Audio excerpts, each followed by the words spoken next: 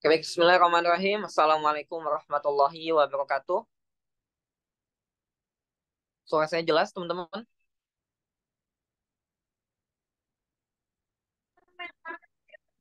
Jelas, Kak. Oke, baik. Nahmaduhu wa nusalli wa nusallim ala rasulihil karim wa ala alihi wa sahbihi ajma'in. Amma ba'du. Alhamdulillah, teman-teman.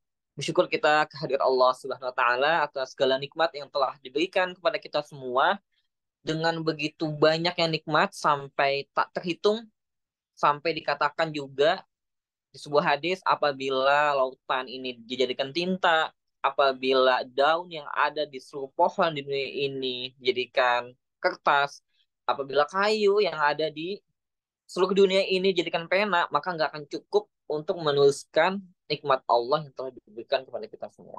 Salawat serta salam semoga tak lupa kita curahkan kepada junjungan Nabi besar Nabi Muhammad SAW, yang mana atas perjuangan beliau, pengorbanan beliau, kita akhirnya bisa mengenal agama rahmatan lil alamin, agama Islam. Dan juga beliau adalah sosok manusia yang sangat patut untuk kita jadikan idola. Karena Allah di Al-Quran pun sampai memuji akhlak beliau. Di dalam Al-Quran dikatakan, wa innaka la'ala khuluqin azim, sungguh engkau itu memiliki akhlak yang sangat agung. Dan di ayat yang lain, Allah berfirman, laqad kana lakum fi Rasulillahi uswatun hasanah. Sungguh telah ada pada diri Rasulullah SAW sebagai tauladan yang baik. Jadi kalau kita mau mengidolakan sosok manusia yang paling pantas untuk kita idolakan ya Rasulullah SAW. Oke, langsung saja teman-teman, untuk mempersingkat waktu, malam ini kita akan membahas tentang kemerdekaan dalam perspektif psikologi. Dan ini momennya sangat pas banget ya, di bulan Agustus ini, bulannya kita merayakan HUT kemerdekaan. Jadi semoga ini relate gitu, relevan materinya. Saya langsung saja. Kalau untuk memperkenalkan diri, teman-teman sepertinya udah pada kenal juga, jadi udah nggak perlu lagi untuk perkenalan. Saya langsung set selanjutnya. Oke, Hari Kemerdekaan. Bendera merah putih merupakan simbol kemerdekaan Indonesia yang dikibarkan pada 17 Agustus 1945 setelah proklamasi kemerdekaan. Nah, teman-teman, di Indonesia ini kan dari berbagai daerah ya, di bulan Agustus ini merayakan Hari Kemerdekaan dengan caranya masing-masing. Mungkin di tempat teman-teman juga ada perlombaan, entah mungkin lombanya lomba balap karung, lomba apalagi makan kerupuk dan lain sebagainya. Nah, di tempat teman-teman kemarin kira-kira ada perlombaan apa aja nih? Coba teman-teman bisa sharing dulu deh. Kak, saya ikutan lomba ini, atau teman-teman mungkin kayaknya di kampusnya ada lomba ini deh Kak Ilyas.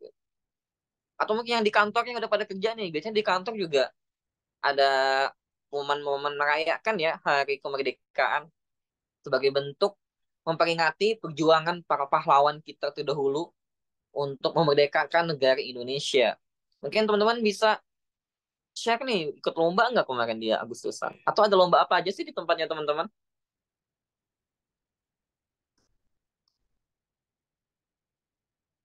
Lomba terompah di kantor. Oh, mantap. Kalau saya kemarin di kantor saya ada lomba tarik tambang, tapi lomba tarik tambangnya online. Ikut lomba makan kerupuk, Kak. Oh, Kak Syala ikut lomba makan kerupuk. Lomba karnaval santri. Ih, mantap. Oh, ini di pesantren berarti ya. Pesantren pun juga nggak kalah ya. Tetap juga semangat merayakan Hari Kemerdekaan Indonesia. Oke, teman-teman, makna kemerdekaan bagi masyarakat Indonesia saat ini. Kemerdekaan bagi masyarakat Indonesia adalah kesempatan untuk membangun bangsa yang lebih baik. Bendera merah putih melambangkan semangat perjuangan dan kebanggaan kita akan negara ini. Ini udah jelas banget ya, teman-teman. Jadi setelah negara kita merdeka, maka negara kita itu menjadi negara yang mandiri dan keinginan untuk membangun negara menjadi lebih baik lagi ke depannya. Kalau kita mau compare antara negara Indonesia sebelum merdeka dan setelah merdeka, itu pasti akan jauh banget ya perbedaannya. Yang mana dulu sebelum merdeka itu negara kita tuh negara yang dijajah, negara yang dikuasai, sehingga tidak adanya kebebasan untuk memaksimalkan potensi negara kita diatur sama negara luar.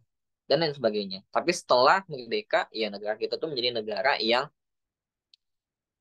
mampu mandiri, berdiri sendiri, bahkan bisa memaksimalkan potensi yang dipunya oleh negara kita sendiri, baik dari segi SDM-nya, sumber daya alamnya, dan lain sebagainya. Nah, di sini tuh kalau kita mau kaitkan, mungkin secara negara, secara umum, negara kita udah merdeka nih. Tapi secara personal, apakah diri kita sudah merdeka? Itu teman-teman, sebenarnya saya tuh mau bahas itunya gitu. Kita secara personal tuh sebenarnya udah merdeka belum sih? Emang merdeka dari apa kayak Ilyas? Nah, nanti kita bahas ya. Merdeka dari apa sih gitu. Ya karena kalau kita lihat negara aja ketika merdeka itu ya negara kita akhirnya punya kemandirian gitu ya. Kemandirian entah dari segi ngelolanya, membangunnya, memanagenya dan lain sebagainya sehingga menjadi sebuah negara yang sangat layak gitu ya untuk dipandang di mata dunia. Apa sih ini Nah, siapa? sekarang tinggal bagaimana diri kita gitu. Apakah diri kita ini sepenuhnya udah merdeka? Itu pembahasan kita hari ini teman-teman. Makna merdeka dari perspektif psikologi. Merdeka dalam konteks Indonesia merujuk pada kemerdekaan atau kebebasan dari penjajahan dan pengaruh asing, terutama merujuk pada proklamasi kemerdekaan Indonesia pada tanggal 17 Agustus 1945. Namun jika kita ingin mengeksplorasi makna merdeka dan perspektif psikologi, kita bisa melihatnya sebagai konsep yang lebih luas dan melibatkan aspek-aspek psikologi. Ya. Teman-teman, mohon maaf ini yang apa namanya mic mungkin bisa di off dulu mic-nya Kak Sheila. Hah? Kak Sheila mic-nya di off dulu. Udah tadi udah dipencet. Oke, biar nggak mengganggu yang lain ya. Oke teman-teman, jadi materi kita malam ini lebih ke bagaimana sih diri kita tuh sebenarnya udah merdeka atau belum gitu. Nah kalau ditanya aspek-aspek merdeka dari sudut pandang psikologi, ini saya rangkum ada 6 itu teman-teman yang akan kita coba bahas. Jadi makna merdeka dalam perspektif psikologi, yang pertama ada kemandirian emosional, terus yang kedua ada kemandirian psikologis, yang ketiga ada merdeka dari beban psikologis, yang keempat ada kemerdekaan dalam hubungan, relationship, yang kelima ada kemerdekaan dari kendala mental, dan yang terakhir kemerdekaan identitas. Nah, jadi kurang lebih webinar malam ini kita akan membahas tentang 6 hal ini. Saya sifatnya sharing aja ya teman-teman. Jadi nanti kalau misalkan teman-teman mungkin ada yang tahu, ada yang pernah ikutin pembahasan tentang hal ini, saya sangat terbuka sekali buat teman-teman yang mau sharing. Silakan teman-teman sharing, menambahkan, berkomentar, ataupun mau bertanya. Nanti sangat saya buka gitu buat teman-teman yang mau sharing. Kita lanjut. Nah, kemandirian emosional. Dalam psikologi, merdeka itu bisa diartikan sebagai kemandirian emosional. Ini mengacu pada kemampuan seseorang untuk mengelola dan mengatur emosinya sendiri tanpa terlalu bergantung pada orang lain. Jadi individu yang merdeka itu secara emosi adalah individu yang mampu mengenali, mengungkapkan, dan mengelola emosi mereka dengan sehat dan konstruktif. Nah, teman-teman, kalau kita bahas mengenai emosi, manusia itu kan punya emosi positif, punya emosi negatif. Jadi kalau orang tuh nggak punya emosi negatif, ya dia bukan manusia berarti. Ataupun sebaliknya, kalau kalau dia cuman emosi negatif doang gitu ya, nggak punya emosi positif ya juga, ya itu bukan manusia seutuhnya. Karena sebagai manusia, makhluk yang paling Rame. sempurna gitu ya. Jadi kita nggak pernah lepas tuh dari yang namanya emosi positif sama emosi negatif. Nah, emosi positif itu biasanya kayak emosi yang sifatnya Kepencet lagi. bahagia. Kenapa sih tadi udah dipencet?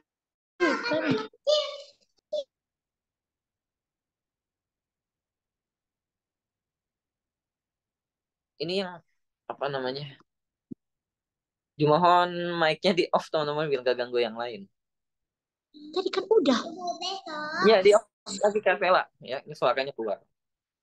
Oke, saya ulang kembali teman-teman. Kalau kita sebagai manusia itu punya dua emosi, emosi positif dan emosi negatif. Nah, emosi positif itu adalah emosi yang sifatnya kayak bahagia, terus kayak senang, tertawa gitu. Terus kalau emosi negatif itu kayak yang sedih, kayak marah, kayak yang kecewa.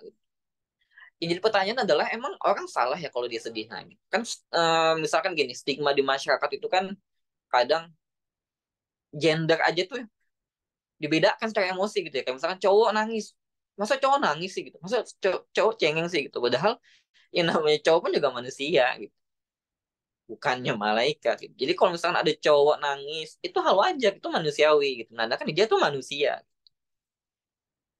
Kita sebagai manusia itu ya punya emosi negatif dan emosi positif. Jadi kalau cowok nangis itu wajar, itu emang. Nah, sekarang gini teman-teman. Jadi orang itu kadang memaknai bahwa emosi positif itu adalah emosi yang mungkin layak gitu ya untuk ditampilkan, sedangkan emosi negatif itu emosi yang seperti lemah gitu orang kalau misalkan menampakkan emosi negatifnya, padahal sebenarnya emosi negatif itu adalah emosi yang ketika memang kita lagi sedih ya kamu silakan sedih gitu, nggak salah kamu sedih. Emosi itu harus diregulasi gitu, bukan untuk ditahan atau malah ditutup-tutupi. Jadi kalau misalkan lagi sedih nutup-nutupin, ya lama-lama akan meledak juga emosinya. Kita akan jadi susah nanti untuk menganalisa, atau kita akan jadi sulit nanti untuk mencoba mencari tahu sumber munculnya emosi sedih ini apa sih, dan kenapa sih gue sedih, dan gue harus apa ketika sedih. Harus membangun langkah-langkah yang konkret untuk bisa menyelesaikan rasa sedih ini apa gitu. Nah, itu pentingnya meregulasi sebuah emosi. Jadi biar jangan sampai emosi itu ditahan, ditampung, biar kelihatannya bahagia, biar kelihatannya tuh kayak hidup tuh nggak punya masalah, padahal banyak masalah gitu ya. Kita nggak bisa lepas dari namanya masalah, teman-teman, dalam hidup. Kan Rasulullah SAW pernah bersabda, dunia darul intihan. Jadi dunia itu memang tempatnya ujian. Setiap orang tuh ada ujiannya masing-masing. Dan kita jangan pernah malu untuk menceritakan misalkan masalah hidup kita. Ya kalau kamu nggak punya masalah, kamu bukan manusia. Jadi kalau teman-teman mau cerita curhat tentang masalah itu wajar, karena kita sebagai manusia. Kadang kan ada orang yang mencoba untuk menutupi punya masalah itu, nggak mau diceritain. Kayaknya pengen perfect banget gitu ya, perfeksionis banget gitu ya. Nggak mau kelihatan hidupnya susah, nggak mau kelihatan hidupnya tuh banyak masalah. Ya benar, yang namanya manusia tuh wajar, hidup susah, hidup punya masalah. Itu wajar, itu manusiawi. Nggak mungkin hidup kamu bahagia terus dari lahir sampai ending gitu kan. Enggak gitu. Yang namanya hidup tuh ya itu, kadang di atas, kadang di bawah, kan bagaikan roda yang berputar. Nah, itu teman-temannya, kalau teman-teman dikatakan teman-teman merdeka secara emosi, teman-teman itu nggak ada lagi yang namanya rasa tertekan buat mengeluarkan atau mengungkapkan emosi yang sedang teman-teman rasakan. Jadi pas teman-teman yang merasa sedih, ya udah, keluarin aja rasa sedihnya. Itu berarti teman-teman tandanya udah merdeka secara emosional gitu. Nggak ada lagi rasa takut, entah mungkin takut dibully, entah mungkin takut lu cowok aja kok cengeng, bla bla bla, lu cowok kok lemah ya. Mengungkapkan sebuah emosi negatif itu bukan menandakan kelemahan, justru itu menandakan kita sebagai manusia, manusia yang tidak luput gitu dari yang namanya masalah. Ini kayaknya baterai handphone saya udah mau habis, saya mau sambil ngecas dulu ya. Bentar.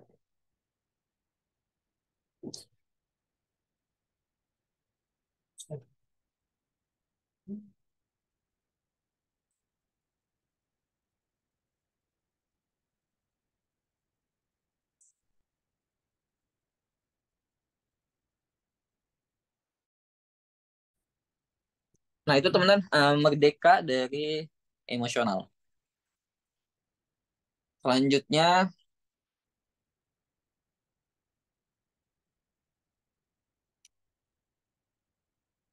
mana nih selanjutnya ya? Belum keluar slide selanjutnya.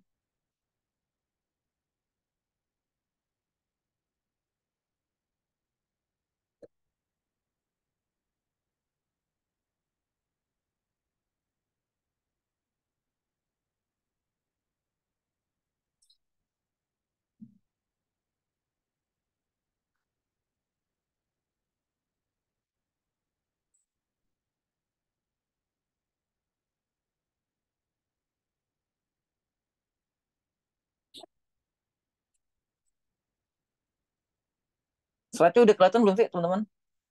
Oh udah ya, udah berubah ya. Soalnya di laptop saya masih belum berubah. Oke, selanjutnya kemandirian secara psikologis nih. Kemandirian psikologis mencakup rasa percaya diri, kompetensi, dan otonomi. Nah, seseorang yang merdeka psikologis itu memiliki kepercayaan pada kemampuan diri sendiri, mampu membuat keputusan yang bijaksana, dan merasa memiliki kendali atas hidupnya. Nah, itu teman-teman. Jadi di slide ini membahas bahwa kita sebagai manusia dikatakan merdeka itu ada loh, merdeka secara kemandirian psikologis. Setiap kita itu punya hak untuk memutuskan hidup kita akan seperti apa dan bagaimana.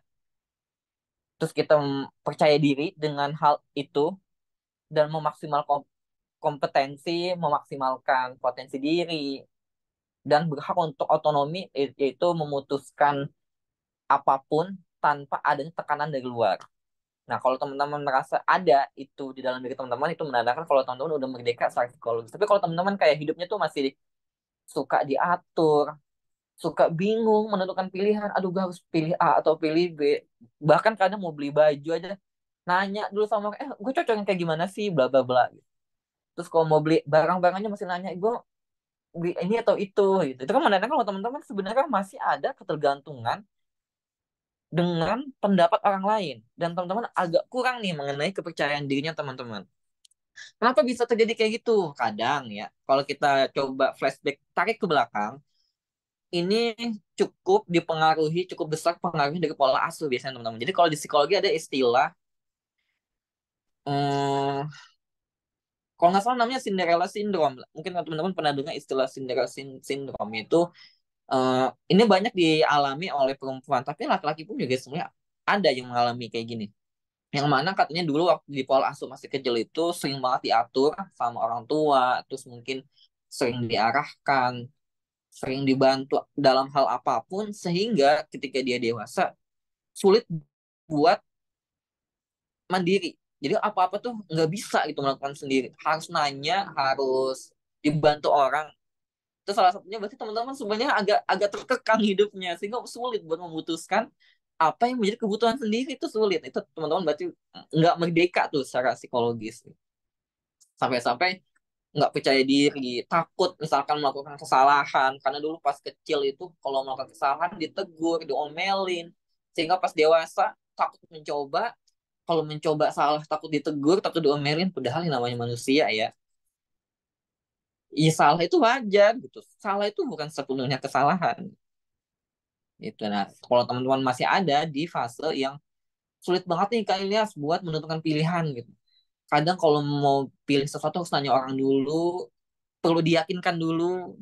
Dan memang nggak salah juga sih kita nanya, minta minta pendapat. Tapi kan tetap hak memutuskan itu ada dalam diri kita, bukan orang lain. Jangan jadikan orang lain itu memutuskan hidup kita. Ya, kalau misalkan teman-teman keputusan hidup teman-teman itu masih dipengaruhi oleh orang lain, itu menandakan teman-teman berarti secara merdeka psikologis masih dikekang. Berarti ada yang belum selesai nih di pola asuhnya atau ada trauma-trauma yang belum selesai. Terus selanjutnya kemerdekaan identitas, teman-teman. Dalam perkembangan identitas individu, mereka bisa merujuk pada proses menemukan dan merangkul siapa seorang sebenarnya. Ini mencakup penerimaan terhadap nilai-nilai, keinginan, dan aspirasi pribadi tanpa dipengaruhi oleh tekanan eksternal. Nah, ini jadi gini, ada yang namanya di psikologi itu self concept. Self concept itu adalah bagaimana orang itu menggambarkan dirinya, atau mungkin kerennya itu di era sekarang rame tentang personal branding gitu kan, self branding gitu. Nah, kalau teman-teman itu merdeka secara identitas, berarti teman-teman udah nggak ada lagi namanya rasa takut, rasa malu untuk menampilkan branding teman-teman gitu di publik. Gue ini sebagai ini, sebagai itu, sebagai ini. Gue punya kelebihan ini, gue punya kekurangan itu. Tapi kalau teman-teman kayak, aduh gue tuh punya kelebihan ini tuh gue malu nih. Kalau gue menampilkan ini, gue lebih takut dikira apa namanya flexing lah, takut dikira apalagi pamer lah, takut dikira sombong lah gitu ya. Kalau teman-teman memang real dirinya teman-teman begitu, kenapa harus malu gitu? Kenapa harus takut gitu? Kalau teman-teman masih dihajar rasa takut, adanya perasaan tekanan dari eksternal, kalau teman-teman show up diri teman-teman mengenai kelebihannya teman-teman, kekurangannya teman-teman, pada teman-teman secara tidak langsung masih belum merdeka dari segi identitas. Itu teman nggak usah malu mengungkapkan kalau teman-teman nih gue berasal dari kampung misalkan, gue berasal dari kota misalkan. teman-teman, gue punya kelemahan ini, gue punya kelebihan ini ya. Kalau memang itu the real, teman-teman jangan gak usah malu. Tapi kalau teman-teman masih malu, masih ada rasa takut, atau menandakan kalau teman-teman tuh masih ada tekanan eksternal yang membuat teman-teman nggak merdeka gitu untuk menampilkan teman-teman di publik. Kemerdekaan dalam hubungan, nah teman-teman. Kalau hubungan itu biasanya orang lebih ini ke masalah cinta gitu ya. Padahal nggak cuma cinta doang sebenarnya kalau untuk masalah hubungan. Bisa pertemanan gitu kan. Bisa hubungan antara anak dan orang tua dan anak gitu. Jadi nggak melulu soal cinta.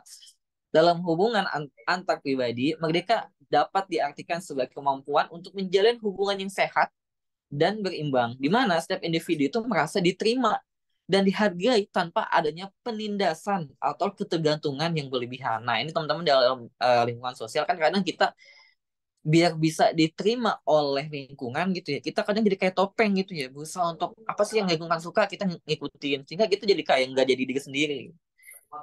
Nah, ketika teman-teman untuk melakukan sesuatu itu ada keinginan untuk diterima, padahal teman-teman itu bukannya teman-teman banget, mungkin perlu direnungkan oleh teman-teman. Berarti teman-teman kayaknya agak dikekang nih gitu dari segi hubungan secara lingkungan sosial.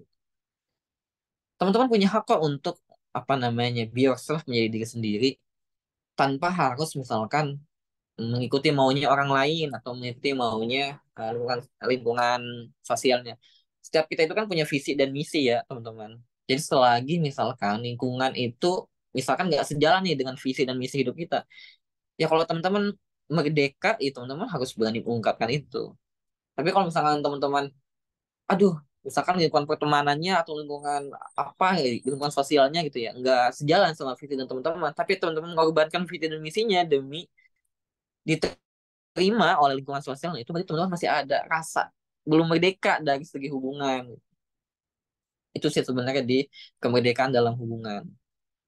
Jadi kalau teman-teman merdeka dalam segi hubungan, kalau emang teman-teman merasa di lingkungan sosial itu sejalan dengan visi misi, ya teman-teman harus berani. Kalau misalkan nggak sejalan juga harus berani juga untuk mengungkapkannya. Jangan sampai kita itu kayak diatur sama lingkungan sosial.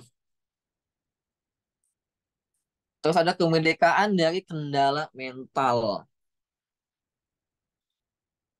Nah, merdeka juga bisa diasosiasikan dengan pembebasan dari kendala mental, seperti pikiran-pikiran negatif atau kebiasaan buruk. Ini mencakup kemampuan untuk mengendalikan pikiran dan perilaku yang merugikan. Teman-teman, di sini dijelaskan lebih ke kayak pikiran-pikiran negatif ya teman-teman. Jadi kalau misalkan kita itu hidup kita itu lebih dominan pikirannya negatif, negatif thinking, nah kan kalau secara kemerdekaan mental kita tuh belum merdeka. Jadi ini sejalan sama penelitian di Fakultas Kedokteran San Francisco di Amerika. Ini udah pernah saya bahas juga di webinar sebelumnya mengenai yang apa yang berpikir positif kalau nggak salah. Jadi penelitian itu mengatakan bahwa 80% otak manusia itu peka terhadap hal negatif.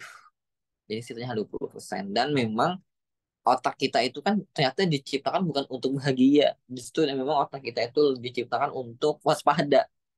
Sehingga ketika ada hal yang sifatnya negatif, itu justru lebih peka kita tangkap, kita rasakan, bahkan kita respon dibanding hal-hal yang sifatnya positif. Dan ini pun sejalan juga sama di ajaran Islam tentang apa ya, an-nafsul mutmainnah, saya lupa namanya. Su'ul mutmainnah atau apa gitu ya. Bahwa diri manusia itu ada unsur ada unsur nafsu gitu ya, yang cenderung itu mengarahkan kepada hal negatif. Jadi kalau kita nggak apa ya nggak punya tameng gitu ya, atau mungkin nggak punya prinsip hidup, kadang gitu ya, dan kita tuh akan lebih dominan diarahkan oleh nafsu yang sifatnya mengarahkan kepada keburukan. Betul. Nah, kalau teman-teman itu terjadi pada teman-teman, berarti teman-teman nggak merdeka secara kendali mental. Kan yang saya bilang tadi bahwa ada di diri kita itu atau di otak kita itu yang tadi kalau di Islam itu kan anafs itu ya, saya lupa nafs Sukul apa istilahnya lupa deh. Kalau dalam diri kita itu ada yang ada nafsu yang cenderung gitu kan mengarahkan kepada keburukan. Kalau kita bisa mengendalikan itu kan tandanya kita udah merdeka. Dan emang nggak mudah gitu ya. Namanya manusia kan kadang suka kadang hilaf gitu ya. Itu sih teman-teman untuk sharing webinar malam ini. Jadi singkat aja sih saya sharing ke teman-teman.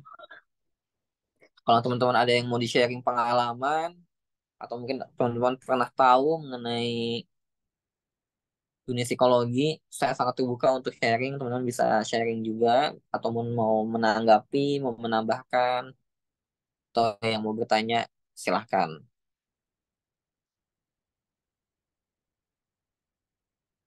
Kita membahas tentang kemerdekaan dari perspektif psikologis. Nah, ini pembahasan kita malam ini. Singkat ya, teman-teman. Silakan teman-teman kalau ada yang mau ditanyakan.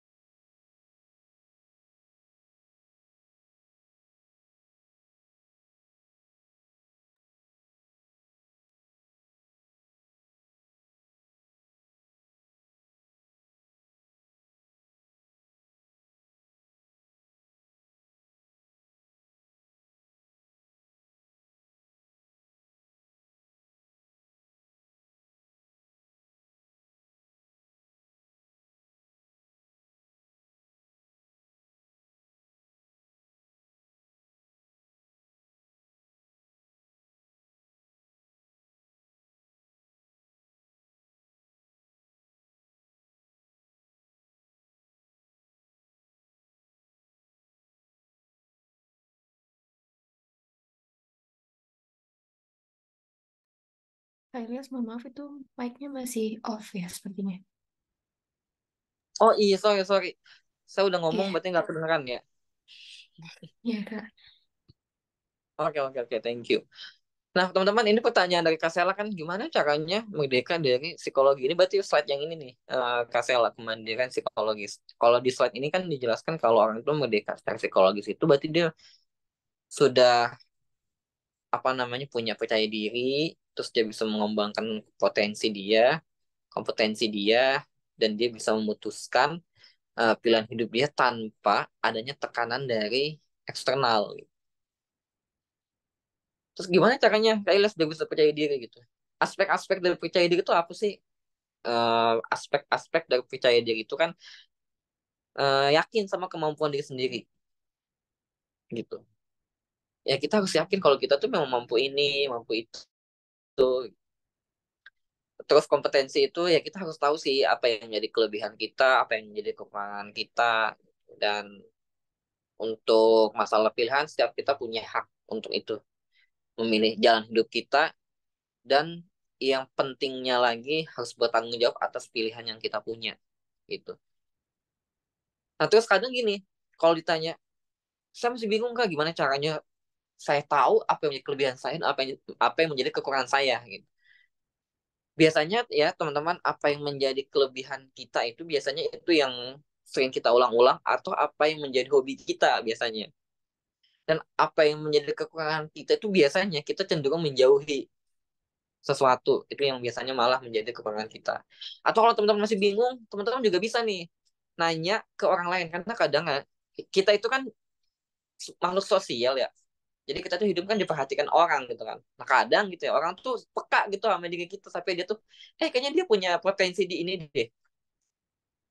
Mungkin kita secara pribadi tuh nggak self confidence gitu ya. Tapi ada loh orang lain ternyata di luar sana malah mereka tuh percaya kalau kita tuh bisa begini, bisa begitu karena mereka melihat diri kita, melihat potensi yang kita punya. Kalau kita tuh kayak whole package gitu punya kemampuan public speaking mungkin, punya kemampuan ini itu bla bla bla. Yang terkadang mungkin diri kita secara pribadi nggak percaya, nggak pede, tapi orang lain yang melihat diri kita, mereka tuh ada kadang suka, lu kayaknya punya potensi di ini deh. Nah, kalau ditanya gimana caranya, teman-teman bisa nanya juga tuh ke teman. Kadang saya pun juga suka nanya, menurut lu gitu orang gimana sih? Ya kita nggak salah juga ya minta saran, karena orang kan kita hidup kan sebagai makhluk sosial dilihat orang, sehingga kita pengen tahu nih orang tuh ngeliat diri kita tuh kayak gimana sih sebenarnya, gitu. Terus kalau ditanya gimana biar otonomi ini kan kayak menentukan pilihan ya, agar kita tuh nggak merasa kanan eksternal mengenai apapun pilihan yang kita punya. Kadang gini, Kasela, balik lagi kalau yang namanya pilihan itu ada sangkut pautnya memang dari pola asuh. Misalkan dulu waktu kecilnya itu ketika berbuat kesalahan kita diomelin. Contoh misalkan masih kecil kita mecahin gelas, langsung diomelin, kamu sih gitu kan bandel nih bla bla bla bla bla. Akhirnya anaknya tertanam di memorinya tuh rasa takut ketika melakukan kesalahan. Ya kalau berbuat salah tuh jadi takut, takut diomelin, takut dibully, takut dimarahin. Akhirnya nanti itu akan tumbuh sebuah sikap dan perilaku pas dewasa, takut buat mencoba gitu kan. Kalau mencoba terus nanti gagal, aduh gue bakal dimarahin, gue bakal diomelin, dibully, sehingga akhirnya ada cenderung menghindari. Bahkan ketika dihadapkan sama pilihan pun lebih cenderung nanya sama orang gitu, coba dong, menurut lo gue harus pilih yang A atau yang B. Seakan-akan gini, kalau misalnya nanti memilih A terus salah atau gagal, kayak ada alasan, ini kan pilihan lo bla bla bla gitu. Kayak nggak mau bertameng pada diri sendiri gitu ya, mencari alasan-alasan eksternal. Padahal saya sering banget bilang teman-teman kalau yang namanya kegagalan itu bukan kesalahan. Terus kayak hal apapun gitu ya, itu bukan kesalahan. Jadi yang namanya hidup itu kan butuh proses, ada perjalanan. Jadi kayak misalkan gagal pun itu hal biasa, sebenarnya itu bagian proses dalam hidup. Cuman kadang memang ya yang namanya dulu saat pola asuh mungkin kita sering diomelin ketika melakukan kesalahan, itu yang akhirnya membuat kita juga adanya rasa takut, takut mencoba, takut memulai gitu. Belum mencoba yang di pikiran tuh udah langsung dihantui perasaan takut dimarahin, takut diomelin, takut gagal bla bla bla. Jadi kalau misalkan teman-teman dikatakan BK secara psikologis, ya udah teman-teman yakin aja nih sama yang pertama, kemampuan diri. Kasela harus yakin kalau Kasela tuh punya kelebihan, punya kekurangan. Jadi apapun nanti omongan orang di luar mengenai Kasela bla bla bla, ya balik lagi ya Kasela ya. Kita kan sebagai manusia nggak bisa lepas dari yang namanya persepsi orang. Dan orang itu punya hak loh untuk berpersepsi tentang diri kita. Kita nggak bisa ngontrol itu. Jadi ada kalau orang berpersepsi negatif ke kita, ya udah itu hak dia, kan? Kita nggak bisa, lu bisa nggak sih nggak usah negatif tinggi gue? Itu kan emang itu hak dia mau negatif tinggi atau positif tinggi. Nah, cuman tinggal bagaimana kitanya sih, gitu. Ya memang orang kita nggak bisa nih nutup mulut orang, tapi kan kita bisa nutup kuping kita. Gitu. Jadi selagi misalkan omongan orang itu nggak sesuai dengan diri kita, ya nggak usah didengar, bodo amat aja. Gitu. Ya buat apa juga kan kita nanggepin omongan-omongan yang apalagi sifatnya nggak membangun, sifatnya menjatuhkan. Ya udah nggak usah apa ya, nggak usah diladenin, nggak usah ditanggepin. Ini fokus saja sama yang mau kita lakukan. Kalau saya sih kadang gini ya, prinsip saya, apapun yang saya lakukan selagi enggak ngerugiin orang lain, yaudah saya akan jalan terus meskipun nanti tanggapan orang lain, wah Ilas tuh begini begitu, meskipun nanti tanggapannya negatif, gue saya bodo amat selagi lu nggak gue rugiin, ya ya udah gitu.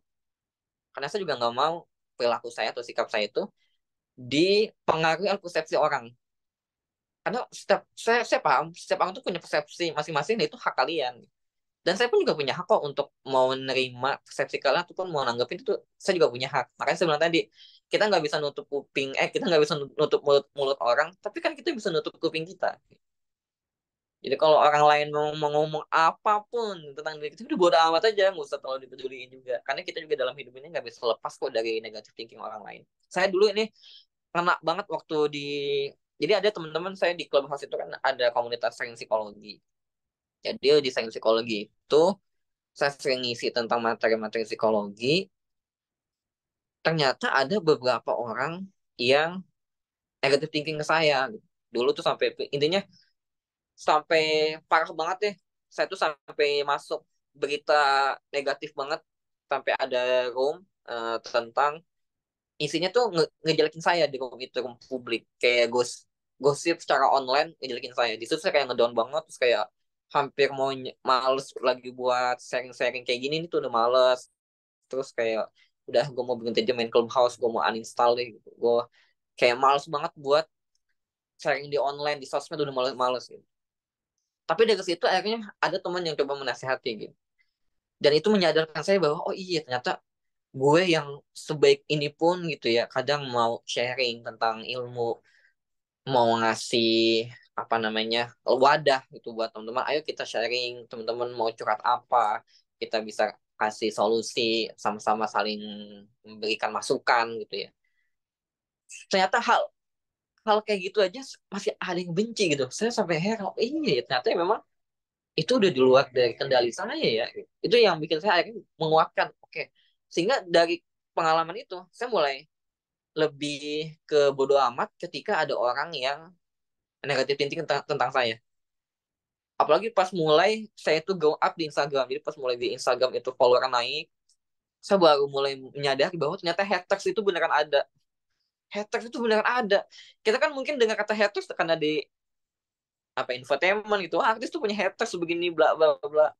Saya pas Instagram naik follow itu berasa loh teman-teman. Ternyata memang haters tuh ada.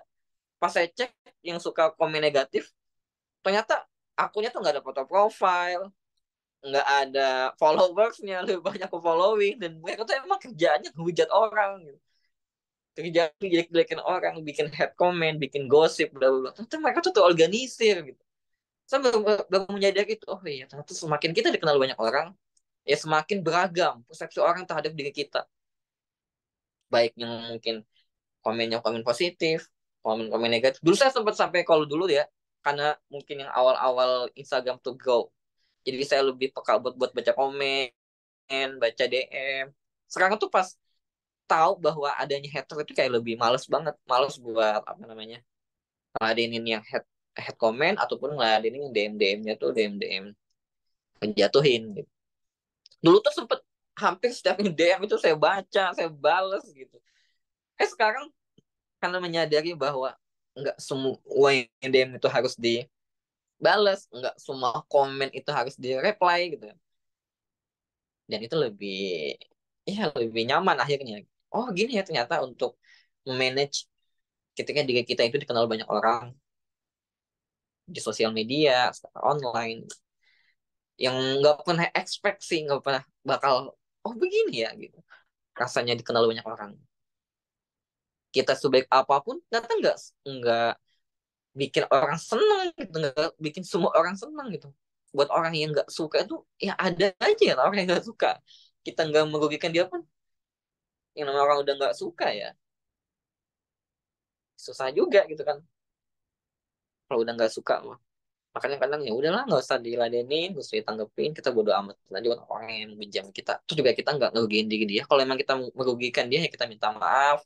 Kalau emang kita merasa bersalah ya kita minta maaf. Kalau memang dirasa nggak punya salah, nggak merugikan, ya udah bodo amatin aja. Berarti emang itu udah kerjaannya. Jadi tukang head comment, jadi tukang ngejulit gitu ya. Justru kita malah kasihan sama yang kayak gitu. Lu kayak nggak ada kerjaan aja yang positif. Sampai-sampai kerjaan lu ngejulit aja. Kerjaan lu head comment aja. Gitu gitu sih Kak Sheila.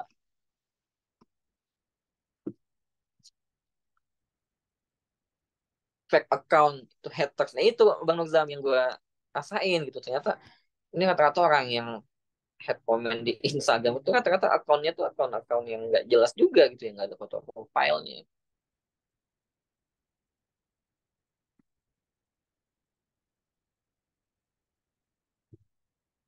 Waktu manusia mantap jadi diri sendiri selama kita tidak bukan orang lain. Go ahead.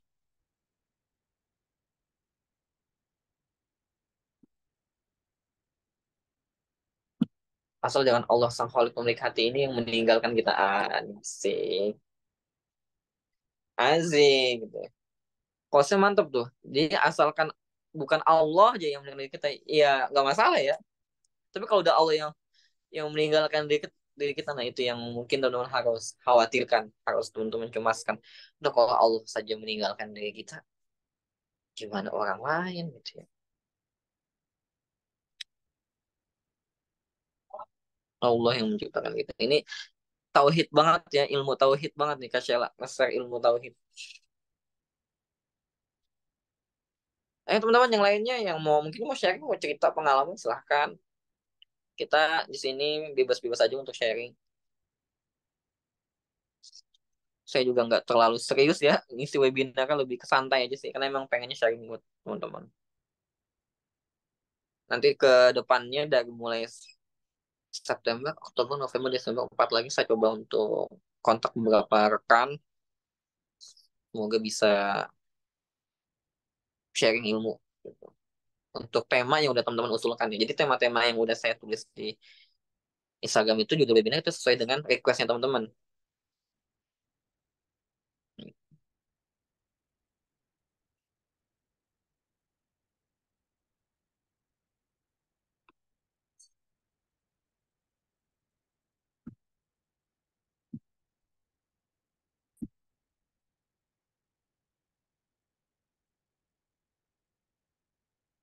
Nah, ini ada pertanyaan dari Kak. Siapa nih? Kita coba baca ya. Percaya diri itu perlu kan ya Kak Ilyas? Kalau misalkan mengaku ke diri sendiri, kalau diri ini sempurna dengan niat agar diri ini percaya diri. Apakah itu termasuk membanggakan diri atau sombong? Gini, balik lagi nih. Percaya diri akan hal yang real, itu diri kita, itu fine-fine aja. Nggak ada kata sombong ataupun membanggakan diri. Buat saya itu bukan membanggakan diri, tapi lebih ke rasa syukur. Terus kita bersyukur loh dianugerahi oleh Allah kelebihan ini. Jadi bukan membanggakan diri ya. Selagi hal itu real, jadi kuncinya gini sih. Selagi hal itu real diri kita, ya fine-fine aja. Islam pun juga menyarankan kita untuk percaya diri kok.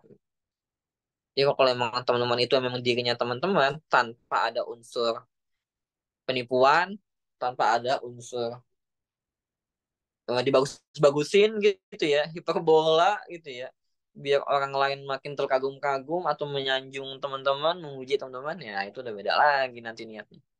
Tapi ketika the real itu teman-teman, ya kenapa kita harus takut gitu kan? Kenapa kita harus dihantui rasa takut dibilang sombong atau dihantui rasa membanggakan diri? Buat saya itu justru malah rasa syukur kan teman-teman atas anugerah yang Tuhan berikan ke teman-teman. Ya teman-teman pede, percaya diri akan anugerah itu untuk di show up gitu, atau untuk ditampilkan di publik. Karena kalau misalkan diri kita ini nggak pede gitu ya, dengan alasan tadi ya, takut nanti dikiranya membanggakan diri, takut nanti dikiranya sombong, takut nanti dikiranya flexing. Ya kalau diri kita aja udah kayak begitu, gimana orang lain mau percaya pada diri kita? Jadi kita aja nggak bisa kasih percaya ke diri sendiri dengan orang yang percaya pada diri kita. Kadang memang kata-kata kayak membanggakan diri, sombong itu seakan-akan kayak adjust gitu ya. Ketika orang lain tuh berstatement, lu sombong banget sih, bla bla bla. Lu congkak banget sih, lu tuh terlalu ngebanggain diri lu. Nah, terkadang memang statement-statement kayak gitu tuh sifatnya emang kayak menjatuhkan sih. Membuat kita tuh akhirnya jadi, apa benar ya gue sombong ya? Apa benar ya gue ngebanggain diri ya? Akhirnya kita kayak jadi ragu kan sama diri sendiri gara-gara statement orang. Tapi kalau saya sendiri sih balik lagi, kalau memang gitu ya, itu memang the real diri kita, ya udah kenapa harus dihantui rasa ketakutan dibilang sombong atau rasa ketakutan dibilang congkak atau membanggakan diri. Ini dari diri gue nih. Kayak misalkan saya nih, kok Ilyas bisa sih berani banget bikin kelas private. Ya karena memang saya ada kok apa ya, kompetensi kali, ada skill di situ. Maksudnya saya pun tuh pernah pesantren, saya pernah belajar dulu kitab, namanya kitab Matan Jazariyah, yang cukup detail ngebahas tentang tajwid, mulai dari kayak pengucapan makhrijul huruf, sifatul huruf dan sebagainya. Meskipun memang saya sendiri masih perlu belajar, tapi setidaknya secara teori saya pernah belajar gitu, dan saya pengen sharing ke teman-teman. Terus kok Mbak Iris kok pede banget sih, saya diri banget sih bikin kelas hataman. Ya kalau memang hal itu positif, kenapa harus takut gitu buat program gitu? Kenapa harus takut buat program yang bermanfaat buat orang banyak? Oh juga itu mau jadi syiar. Di hadis itu kan Rasulullah pernah bersabda, "Mandala al khair falahu mislu ajri fa'ili." Barang siapa yang dia mengajak kebaikan pada siapapun, maka dia akan mendapatkan pahala seperti orang yang mengamalkannya. Jadi kalau misalnya teman-teman nih ngajak orang lain buat, ayo kita sholat, ayo kita ngaji, maka nanti ketika dia sholat, pahala sholatnya akan ngalir ke kita. Ketika dia ngaji, pahala ngaji dia ngalir ke kita. Maka nanti di akhirat tuh akan ada orang yang sukses, orang yang beruntung. Dia kaget pas dilihat catatan amalnya, saya tuh nggak pernah haji, saya nggak pernah umroh, saya juga nggak, bukan hafiz Quran. Kok saya tiba-tiba dapat pahala hafiz Quran, pahala haji, pahala umroh, pahala bangun masjid? Ternyata apa? Ada orang yang dia dakwahin, orang kaya misalkan, dia dakwahin jadi hijrah. Setelah dia hijrah, dia akhirnya sedekah bangun masjid, dia akhirnya sholat, dia akhirnya haji, umroh. Maka pahala orang itu ngalir semua ke teman-teman. Karena asbab teman-teman dia jadi hijrah. Asbab teman-teman dia jadi perlakuannya lebih baik. Nah, sebaliknya teman-teman, kalau teman-teman itu, diri teman-teman menjadi asbab kejelekan buat orang lain, diri teman-teman menjadi asbab orang lain berbuat buruk, ya dampaknya adalah teman-teman akan, resikonya akan ngalir ke dosanya. Orang lain nggak sholat gara-gara teman-teman. Ah, gara-gara nama lu gue nggak sholat nih. Itu dosa, nggak sholatnya ngalir ke teman-teman, dan teman-teman dapat dosa nggak sholat. Dapat lagi limpahan dosa dari orang lain. Karena gara-gara main sama teman-teman, dia juga jadi nggak sholat. Gitu. Jadi nggak nutup aurat, nggak ngaji, dan sebagainya. Gitu aja buat saya. Kenapa saya kok berani banget gitu kan bikin program-program hataman, privatasin, program webinar, ya saya selagi memang ini diri saya, ya kenapa harus takut gitu. Dan saya pun sangat welcome juga untuk menerima masukan dari teman-teman, sekalian mungkin teman-teman ada yang lebih tahu, ah Kak Ilyas kayaknya tadi ada kesalahan di sini sini sini. Karena kita sama-sama belajar. Saya pun juga masih banyak belajar. Ini ada yang nanya lagi ya.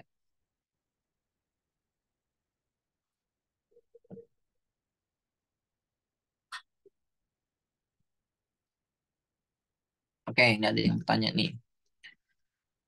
Kak, ketik ketik ini mah Bang Abi ini dosen sebenarnya. Soalnya saya nanya sama Bang Abi malah nanya saya. Ini Kang Abi ini dosen teman-teman nih. Kang Abi nanya, ketika kita tidak bisa mengungkapkan apa yang kita rasakan kepada seseorang, baik itu hal yang positif atau negatif, apakah itu salah? Wih, berat ya. Ini mengungkapkan apa nih? Kalau mengungkapkan perasaan berat memang. Kalau mengungkapkan perasaan, apalagi kalau cewek ya. Cewek itu kalau ngungkapin perasaan kan biasanya, masa cewek yang nembak duluan ke cowok. Kan seharusnya cowok duluan yang mengungkapkan perasaannya. Kalau mengungkapkan perasaan yang berat Bang Abi itu, kalau mau mengungkapkan, ini mengungkapkannya apa dulu nih Kang Abi? Agak general juga pertanyaannya ya, kurang spesifik. Ketika kita tidak bisa mengungkapkan apa yang kita rasakan kepada seorang, baik itu hal yang positif atau negatif, apakah itu salah? Iya, gini ya Kang Abi. Kalau di ini kan pertanyaan apakah itu salah gitu. Kalau buat jago langit mendoakan Bang Abi. Gini ya Bang Abi, kalau misalkan hal yang Kang Abi ungkapkan ke orang lain itu sifatnya negatif, ya kalau buat saya sih itu mendingan nggak usah, daripada jadi menimbulkan hal negatif dari yang kita ungkapkan gitu kan. Justru lebih baik kita mencegah mengungkapkannya.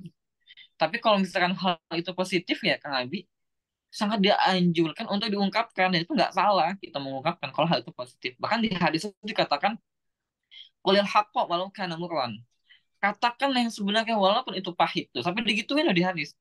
Mengungkapkan suatu yang benar itu sampai dikatakan walaupun itu pahit, walaupun itu mungkin apa ya, berat gitu ya. Selagi hal itu memang positif, ya silakan diungkapkan.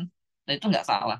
Tapi kalau misalnya emang hal itu sifatnya negatif, daripada kita ungkapkan malah menjadi sebab hal yang negatif, ya mending nggak usah.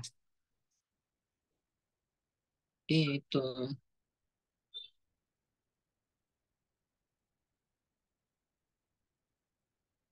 Ini ada pertanyaan dari Kak Anggi ya. Terkait kemerdekaan identitas diri kita, value kita apa, achievement, personal brand, dan hal yang menurut kita positif.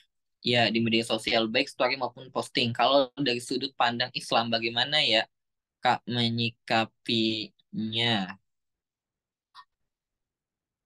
Bagaimana ya, Kak?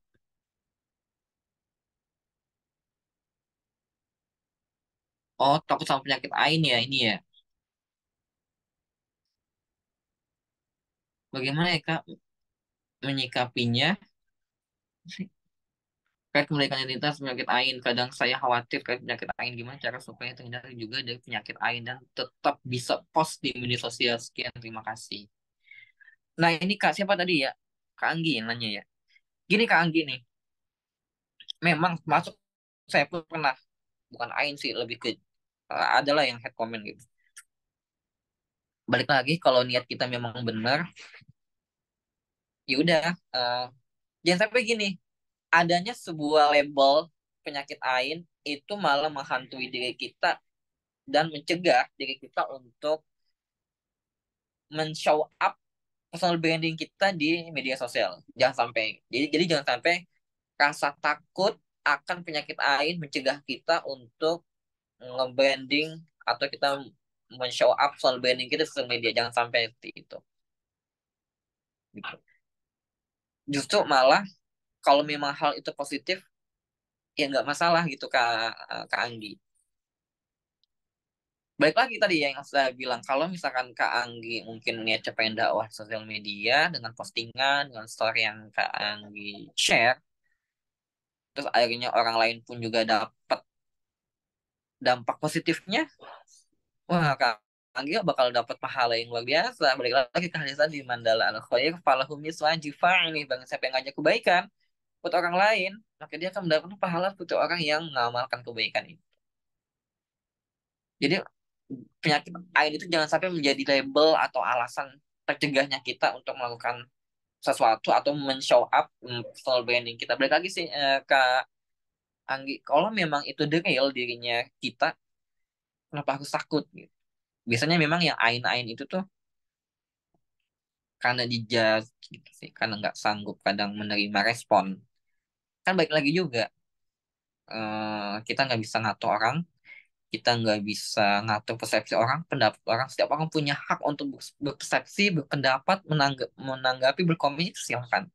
Tapi kan kita juga punya hak untuk bodo amat, nggak peduli, nggak mau nanggepin, nggak mau ngerespon. Kita punya hak itu. Dan memang skill itu penting sih. Skill bodo amat tuh penting. Jadi kita tuh nggak, diri kita tuh nggak ditekan oleh eksternal gitu. Nggak ada tekanan eksternal yang mempengaruhi diri kita. Setiap kita kan bebas untuk melakukan apapun yang memang itu the real diri kita ya. Gitu, ini pertanyaan tadi tentang identitas ya. Karena saya pun juga waktu mau ngebangun personal branding di sosial media ya teman-teman, emang ada rasa takut sih, rasa takut misalkan nanti teman-teman gue akan komen apa ya, bla bla bla. Karena pas saya coba untuk di bio gitu kan, saya di bio coba untuk menulis Islamic counseling gitu. Ya karena saya memang jurusannya kan Islamic counseling gitu. Masa saya mau nulisnya apa gitu ya? Kalau saya nulisnya dosen, saya bukan dosen gitu. Tapi kalau saya nulis Islamic counseling karena memang saya jurusan kuliah saya Islamic counseling gitu.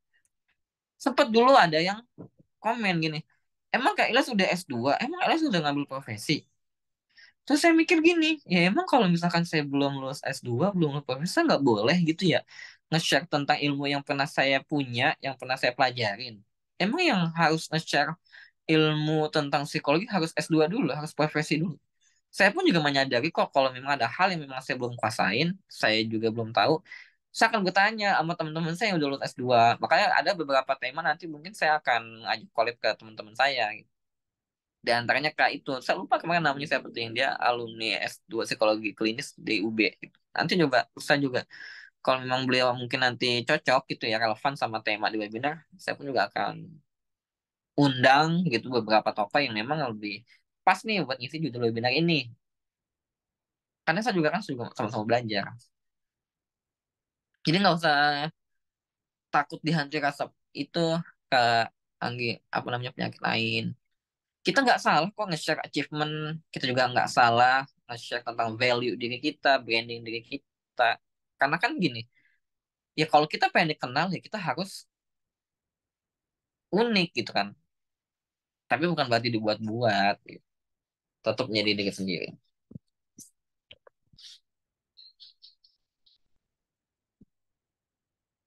Not Kak Ilyas, yang penting niatnya sharing hal-hal yang baik dan bermanfaat. Terima kasih atas feedbacknya. Iya, selagi hal itu baik justru Kak Anggi tuh punya keutamaan tadi itu dapat pahala yang nggak akan diduga-duga. Kita kan nggak pernah tahu ya. Mungkin ada orang baca postingan kita tiba-tiba jadi hijrah gitu kan. Ada orang baca postingan kita tiba-tiba jadi teringat, jadi ke reminder.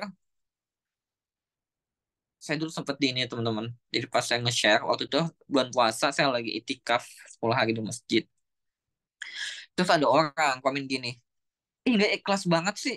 Lagi itikaf aja pamer biar ketahuan lagi itikaf ya.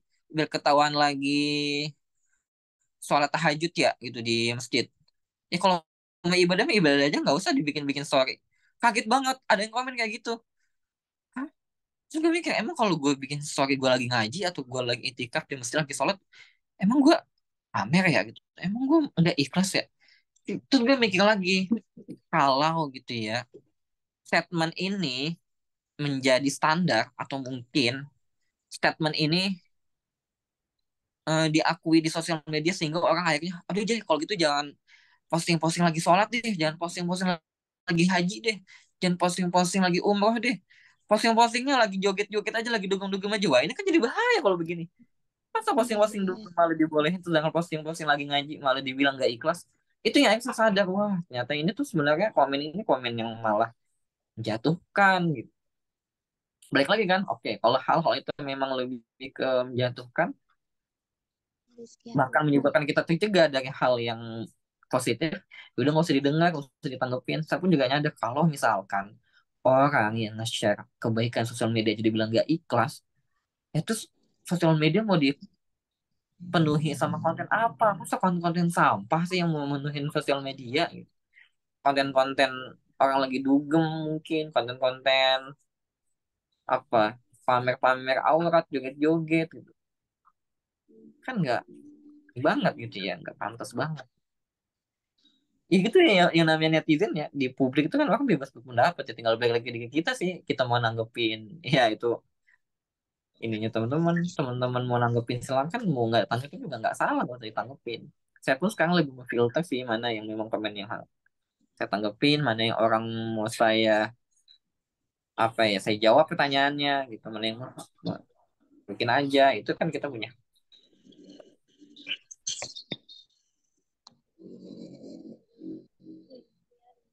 Kebaikan.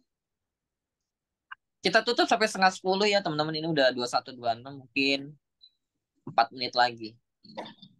Kita ini pamit mau maghrib. Oh ini kita ini di daerah Arab ya, di apa Uni Emirat Arab. Jadi sana mungkin mau maghrib. Kalau Kak Tita mau pamit silahkan, mungkin mau sholat maghrib dulu. Ini juga kita udah mau selesai webinarnya sampai jam 21.30 ya, masih ada 4 menit lagi.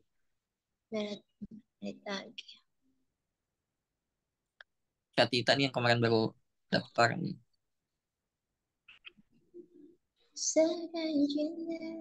Oh ini ada pertanyaan juga dari Kak Misnada. Saya sempat baru ke notice. Dari pertanyaan Kang Abi tadi, apakah kalau misalkan hal yang negatif itu bisa membahayakan orang tersebut, apakah masih harus dipendam, Kak? Dari pertanyaan Kang Abi tadi, apakah kalau misalkan hal yang negatif itu bisa membahayakan orang tersebut, apakah masih harus dipendam, Kak? Oh, maksudnya gini, kalau misalkan hal negatif itu membahayakan orang gitu ya, apakah kita masih mendem nih buat mengungkapkan gitu. Ya kalau misalkan memang hal itu bisa menyebabkan terjadinya negatif ke orang lain, ya kenapa harus dipendam gitu? Sampaikan gitu. Sampaikan, maksudnya gini, silakan disampaikan gitu. Kalau memang hal itu bisa menyebabkan hal negatif ke orang itu. Tapi gini, teman-teman, saya yakin kok. Saya tuh punya prinsip gini. Di Quran itu kan ada ayat gini. Innal hasanati yudhibna sayiat. Sesungguhnya kebaikan itu kan menghapuskan keburukan. Jadi dakwah itu sebenarnya kalau kita harus memilih nih, dakwah yang ngajak kebaikan atau dakwah yang mencegah kemungkaran, itu lebih better sebenarnya dakwah mengajak kebaikan. Walaupun misalkan dia banyak maksiat. Karena gini, karena ketika orang itu mungkin punya banyak maksiat, tapi nanti kita ngedawahinya bukan malah yang negatifnya, kita malah ngajak sholat, ngajak ngaji bla bla. Dengan sendirinya kalau dia mengamalkan itu, dia akan nyadar dan akan terkikis ininya. Keburukannya itu akan terkikis. Karena tadi ayat tadi bilang innal hasanati yudhibna sayiat. Sebenarnya kebaikan itu akan menghapus keburukan. Jadi kalau orang itu dalam dirinya nih ada sisi positif, ada sisi negatif, tapi emang positifnya itu lebih didominasi, maka dengan sendirinya sisi negatifnya akan terkikis. Makanya kan ada lagi di ayat Quran bahwa inna sholat tanha anil fahsya'i wal munkar. Sebenarnya sholat dapat mencegah perbuatan keji dan munkar. Itu pun juga maknanya bahwa ketika beribadah itu mampu mengikis keburukan dalam diri kita gitu. Jadi kalau kita memang merasa buat mengungkapkan negatifnya orang, takutnya dia mungkin malah jadi benci atau membuat dia malah jadi tersinggung, ya silakan teman-teman bisa dengan cara menyampaikan hal yang baik, hal yang positifnya. Tapi kalau misalkan memang urgent gitu ya, urgent. Ini kalau nggak dinasihatin, diungkapkan negatifnya nih Kak Ilas, ini akan merugikan banyak orang misalkan. Ya, itu silakan, itu penting untuk diungkapkan. Hal negatifnya penting untuk diungkapkan kalau memang ketika kita nggak ungkapkan atau kita tahan, kita pendam, ini akan menimbulkan hal negatif untuk banyak orang. Tak cuma untuk dirinya, tapi untuk orang lain banyak. Ya, itu silakan teman-teman diungkapkan sisi negatif dari seseorang gitu.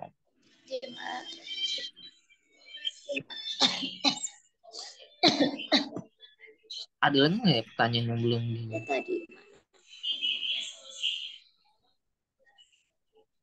Satu pertanyaan terakhir deh ya, Kak Aidi. Kak mau tanya, niatnya mau ngomong atau ngobrolin biasa gitu Kak, tapi reaksi baliknya itu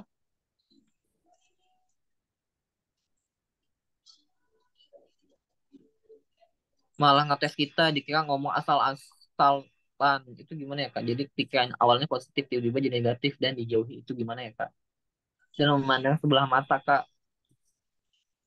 dipandang sebelah mata gitu ya.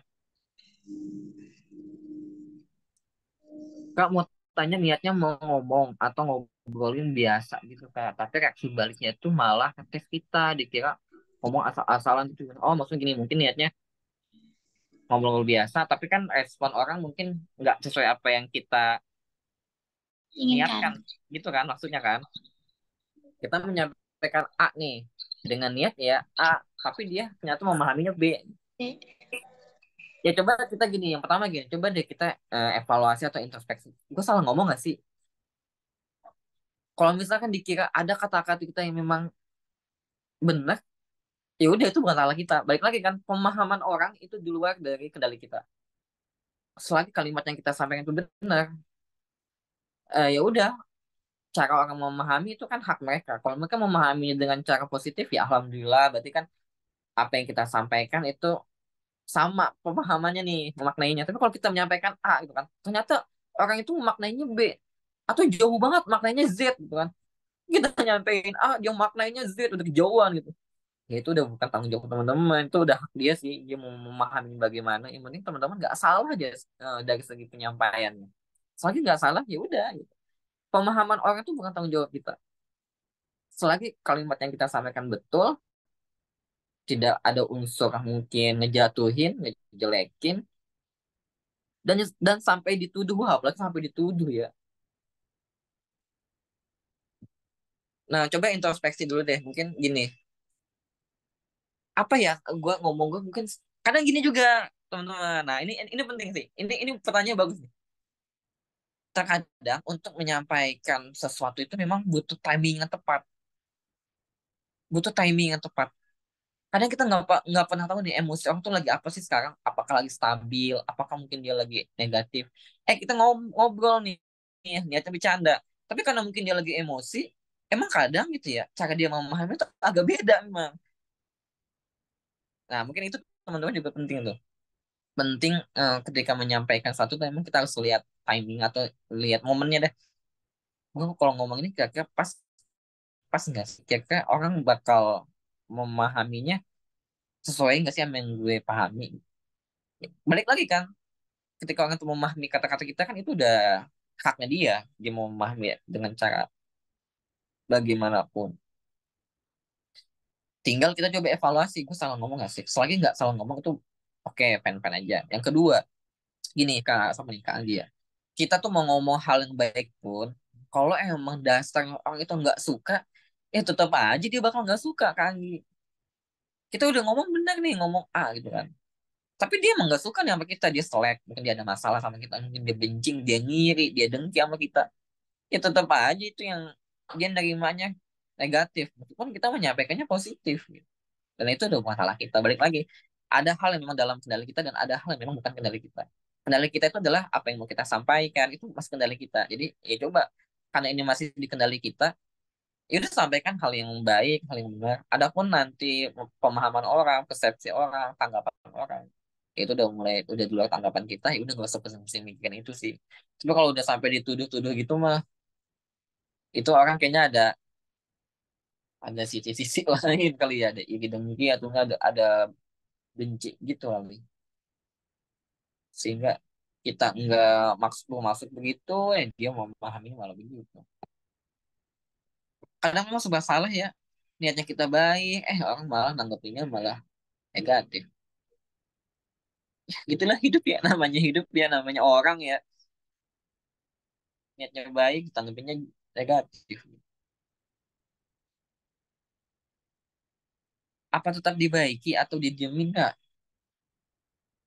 Menurut kakak gimana ya kak? Oke gini kak Aidi, mungkin untuk sementara waktu gitu ya, karena mungkin kita lagi nggak tahu keadaan dia atau mungkin kondisi dia lagi apa gitu, mungkin nggak apa-apa dia diamin dulu sampai mungkin dengan berjalan, karena gini, dengan berjalannya waktu emosi itu kan nanti akan stabil. Yang awalnya mungkin lagi naik nih, emosi negatifnya lagi marah lah atau lagi benci lah, itu dengan berjalannya waktu akan terkikis gitu. Ya mungkin nggak salah juga kalau misalkan Kak Aidi mungkin mau, oke gue diemin dulu deh sampai memang timingnya tetap atau kondusif untuk mengklarifikasi, misalkan dari miskom atau mungkin dari kesalahpahaman, mending didiemin dulu itu juga nggak masalah kok, daripada tetap kita jelaskan, tetap kita klarifikasi di mungkin momennya lagi nggak pas nih, yang nggak usah dipaksain juga. Jadi nggak salah kok kalau misalkan untuk sementara waktu kita mendiamkan dulu demi semuanya berjalan dengan baik.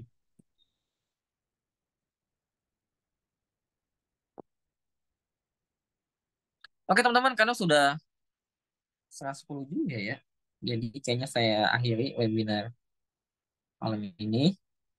Semoga bermanfaat dan bisa dipahami oleh teman-teman. Saya mau stop share, stop